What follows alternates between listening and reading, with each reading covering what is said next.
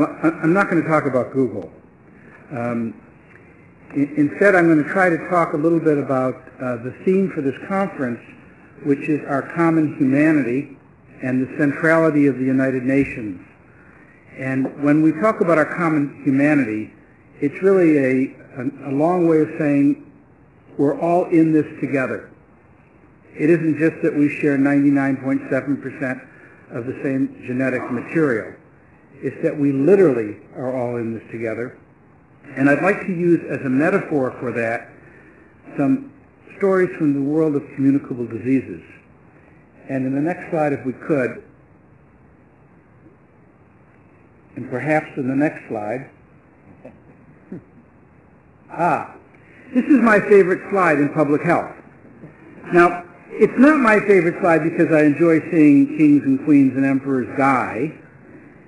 It is not my favorite slide because I like to see people killed from smallpox, but it is my favorite slide because it tells you that when there is a communicable disease for which there is no vaccine that works and there is no antivirals that are effective, we are all in this together. No amount of wealth can protect you from a pandemic that sweeps the world for which there is no cure. You can't put up a sign in front of your house that says armed response, live in a gated community. We're all in this together. If you look at that list, every race, every religion, every continent, every civilization, the kings and queens died from smallpox because we're all in this together. Let me give you another example, if this works. One more example, and then I'll go very quickly if it works. One more example. Next slide. Would you please start the pandemic? So I'm going to simulate a pandemic that looks a little bit like H5N1. Please continue the pandemic as quickly as you can.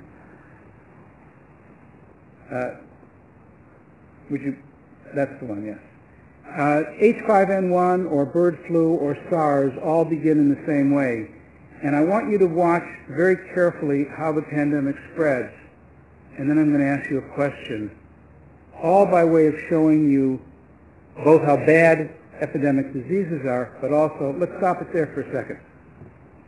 Now, could you tell in that picture who was white, who was black, who was Jewish, who was Muslim or Christian or Buddhist or Hindu?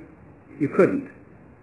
Because communicable diseases show us that they are not a respecter of racial divisions. They are not a respecter of nation states.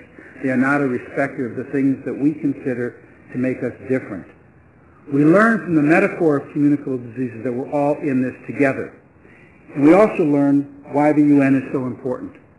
Because it was the United Nations, through its specialized agency, the World Health Organization, which eradicated smallpox. There's no nation state that could have done this. There's no NGO, no 501c3.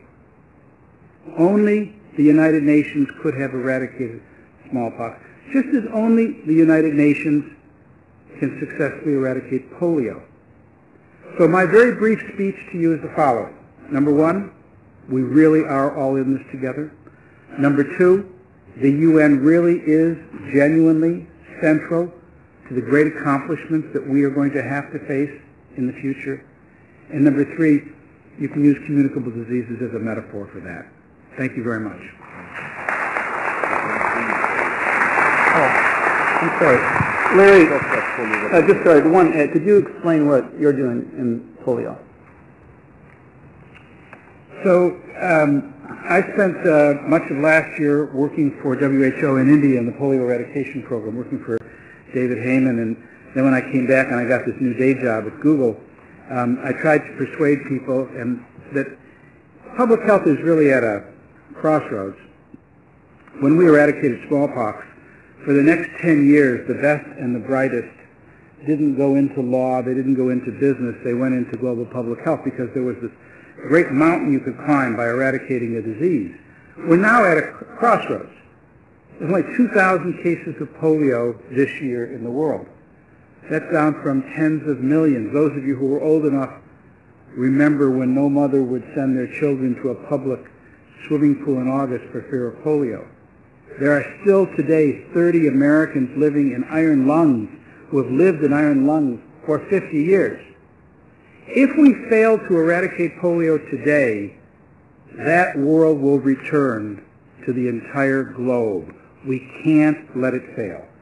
So what Google is doing is supporting the UN Foundation. We're working with Amir. We're making some television movies about how bad polio was, how good it will feel when we've eradicated it. And we're trying to help the people on the ground in India and in Nigeria with management support, technology support. So we really believe this is an important battlefield for the history of public health, and I think also for the success of the United States.